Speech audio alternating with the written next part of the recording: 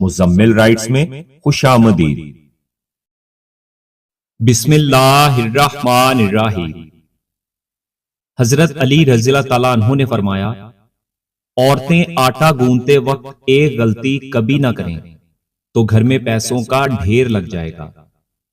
دوستو، آج کی ہماری یہ ویڈیو آپ سبھی کے لیے بہت زیادہ خاص ہے، اور خاص کر کے عورتیں اس ویڈیو کو آگے تک ضرور دیکھیں، کیونکہ دوستو آج کی اس ویڈیو میں آپ کو ایک ایسا خاص عمل بتایا گیا ہے جس کو ہماری بہنیں آٹا گوندتے وقت کریں گی تو ان کے گھر میں کبھی بھی رزق کی کمی نہیں ہوگی۔ اللہ تعالیٰ ایسی عورت کی ہر دعا کو قبول فرمائے گا۔ اور ساتھ میں ہم آپ کو یہ بھی بتانے والے ہیں کہ رات کی بچی ہوئی روٹی پھینکنے سے گھر میں کون سا عذاب آتا ہے، اور بچی ہوئی روٹیوں کو کھانے سے گھر میں کون سی برکت آتی ہے۔ دوستو، ایک مرتبہ ایک عورت حضرت علی رضی اللہ تعالیٰ عنہ کی بارگاہ میں حاضر ہوئی اور دستے ادب کو جوڑ کر گڑ گڑا کر عرض کرنے لگی، یا حضرت، میری دعائیں اللہ تعالیٰ کی بارگاہ میں قبول نہیں ہوتی، نہ ہی میرے پاس اتنا وقت اور طاقت ہے کہ میں ساری رات بیٹھ کر اللہ تعالیٰ کی عبادت کر سکوں۔ مجھے آپ رضی اللہ تعالیٰ عنہ کوئی ایسا آسان سا عمل بتائیں جس کو کرنے سے اللہ تعالیٰ کی بارگاہ میں میری دعائیں قبول ہو جائیں۔ بس اتنا سننا تھا کہ حضرت علی رضی اللہ تعالیٰ عنہ نے فرمایا، اے عورت، تم اپنے گھر میں جو بھی کام کرو تو اللہ تعالیٰ کو یاد کر کے پوری سچائی کے ساتھ کیا کرو۔ جب بھی کسی سے گفتگو کرو تو محبت و احترام سے کیا کرو۔ تمہارا یہی عمل بھی ایک عجیب عبادت ہے، اور اس کے ساتھ ساتھ تم جب بھی آٹا گوندنے بیٹھو تو ایک مرتبہ بسم اللہ شریف پڑھ کر اللہ تعالیٰ سے یہ کہو کہ اے اللہ، تو نے اپنی اس بندی کو یاد کیا، تو نے مجھ تک رزق پہنچایا، اور رزق پکانے کی طاقت تو نے مجھے عطا کی۔ اے اللہ، اپنے محبوب کے صدقے سے میری دعاؤں کو قبول فرما۔ اے عورت، یاد رکھنا، جب اللہ تعالیٰ کا رزق انسان اپنے لیے یا اپنے گھر والوں کے لیے بناتا ہے تو اس وقت اللہ تعالیٰ سے مانگی گئی دعا کو اللہ تعالیٰ کبھی بھی رد نہیں کرتا۔ دوستو، اس کے بعد اس عورت نے پھر پوچھا، یا حضرت، زندگی میں مصیبت اور پریشانیاں آنے کی سب سے بڑی وجہ کیا ہوتی ہے؟ تو یہ سن کر حضرت علی رضی اللہ تعالیٰ عنہ نے پھر فرمایا، اے عورت، یاد رکھنا، اچانک سے عذاب آنے کی سب سے بڑی وجہ اللہ کے رزق کی بد دعا ہی ہے۔ یہ سن کر وہ عورت حیرت سے پوچھنے لگی، یا علی رضی اللہ تعالیٰ عنہ، رزق کی بد دعا وہ کیسے؟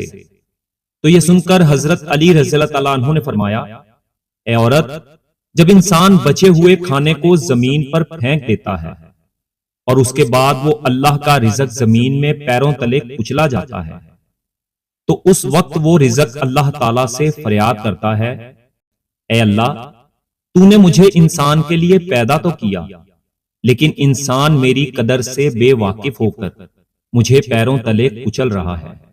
اس لیے اے عورت، یاد رکھنا، جب بھی کھانا کھاؤ تو دسترخوان پر بچی ہوئی روٹیاں بھی کھا لیا کرو، پھر اتنا ہی کھانا اٹھایا کرو جس کو تم آخر تک ختم کر سکو، کیونکہ میں نے اللہ کے رسول صلی اللہ علیہ وآلہ وسلم سے سنا ہے کہ دسترخوان پر گری ہوئی روٹی جب انسان کھاتا ہے تو وہ روٹی انسان کے لیے شفا بن جاتی ہے، لیکن اگر چلتے وقت یہ نہ دیکھا جائے کہ زمین پر روٹی پڑی ہوئی ہے اور وہ کچلی جا رہی ہے تو پھر وہ روٹی اس کے لیے بد دعا ہی کرتی ہے۔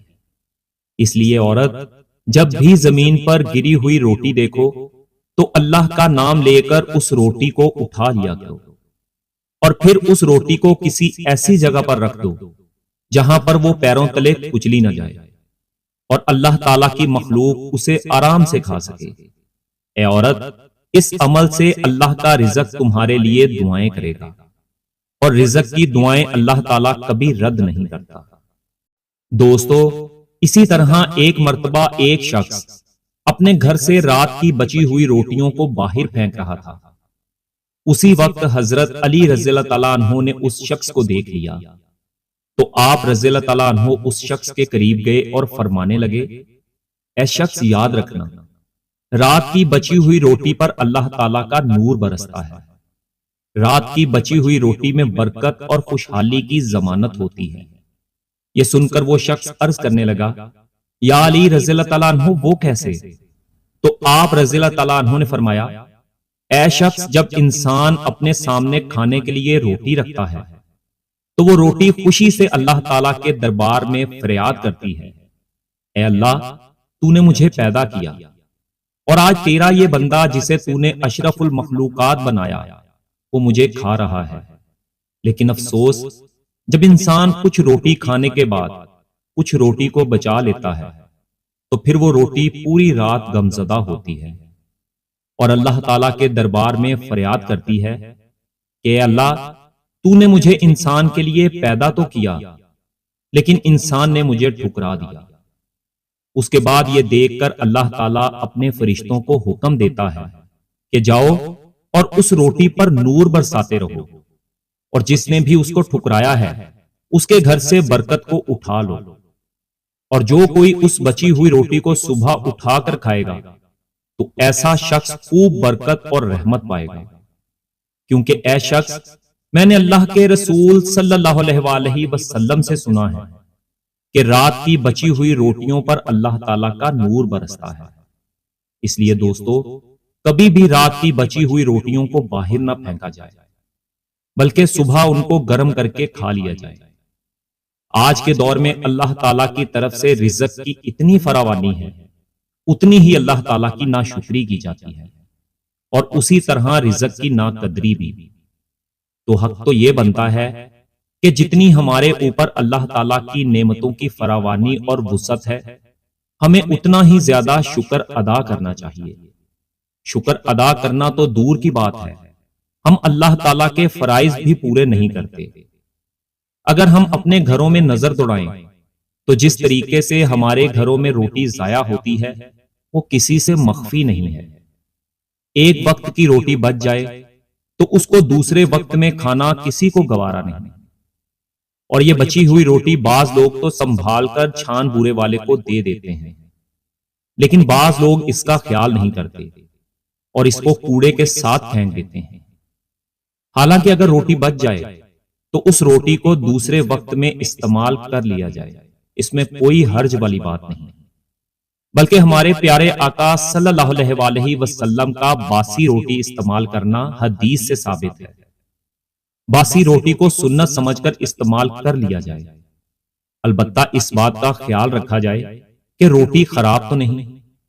نبی کریم صلی اللہ علیہ وآلہ وسلم کا باسی روٹی کھانے کے حوالے سے حضرت ام ہانی رضی اللہ تعالیٰ عنہا فرماتی ہیں، میرے پاس نبی کریم صلی اللہ علیہ وآلہ وسلم تشریف لائے اور پوچھا، کیا تمہارے پاس کچھ کھانے کے لیے ہے؟ میں نے کہا نہیں، البتہ باسی روٹی اور سرکہ ہے۔ آپ صلی اللہ علیہ وآلہ وسلم نے فرمایا، اسے لے آؤ، وہ گھر کبھی غریب نہیں ہوگا جس میں سرکہ موجود ہوگا۔ حضور نبی کریم صلی اللہ علیہ وآلہ وسلم نے باسی روٹی سرکے کے ساتھ تناول فرمائی۔ حضرت سہل بن سعد رضی اللہ تعالیٰ عنہ روایت کرتے ہیں کہ ان سے پوچھا گیا کہ جو کی روٹی کو نبی کریم صلی اللہ علیہ وآلہ وسلم کیسے پکاتے تھے؟ تو فرمایا، آٹے میں پھونک مار دیا کرتے تھے تاکہ جو موٹے موٹے تنکے ہوں وہ اڑ جائیں، باقی کو گوندھ لیا کرتے تھے۔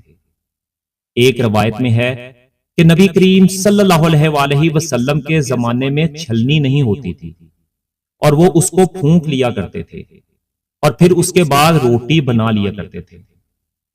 حضرت ابو بکر صدیق رضی اللہ تعالیٰ عنہ اور حضرت عمر رضی اللہ تعالیٰ عنہ جو کہ روٹی کو بنا چھانے کھایا کرتے تھے، آٹا چھنا ہوا نہیں ہوتا تھا۔ آج کل گیہوں کی روٹی بھی بغیر چھنے کھانا مشکل سمجھا جاتا ہے، حالانکہ بغیر چھنے آٹے کی روٹی جلد ہضم ہوتی ہے۔ حضرت ابو ہریرہ رضی اللہ تعالیٰ عنہ سے روایت ہے کہ آپ صلی اللہ علیہ وآلہ وسلم اور آپ صلی اللہ علیہ وآلہ وسلم کے اہل و عیال کو مسلسل 3 دن گیہوں کی روٹی کھانے کی نوبت نہیں آتی۔ یہاں تک کہ دنیا سے جانے کا وقت آ گیا۔ نبی کریم صلی اللہ علیہ وآلہ وسلم کے گھر میں کبھی ایسا نہیں ہوا کہ 3 دن روز کھانا ہو، فاقہ ہوتا تھا۔